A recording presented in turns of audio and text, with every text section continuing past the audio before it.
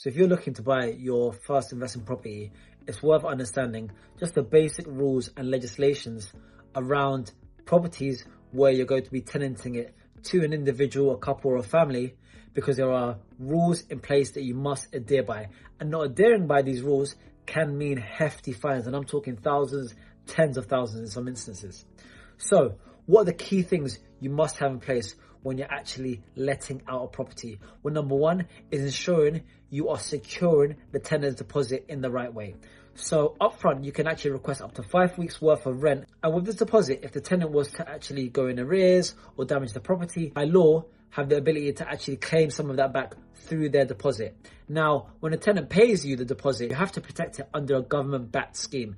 And a few are TDS, DPS, and My Deposits as well. Now, you must do this within 30 days. And within that same 30-day window, you must issue the tenants with the prescribed information as well. Now, usually on one of these government-backed schemes that I've mentioned, you can actually fill this out with the tenant information, your information, and send it to the tenants and ensure you've got a record of doing that. If you've done that, then you are protected. In addition to this, you want to make sure you send out the latest version of the How to Rent guide to your tenants as well. Now, what else is important? You must ensure that there's a gas check that's been done on the property. Now, gas checks are mandatory for tenanted properties, and they must be done annually every single year by a certified gas engineer.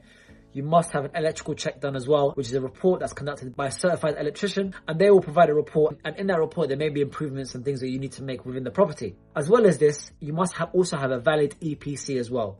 So this is a rating on how efficient the property is with regards to energy. Now, the grade rating is from A to G, and your property must be at least an E for you to actually be able to rent it out to tenants. In a few years' time, the government are talking about moving this E to a C.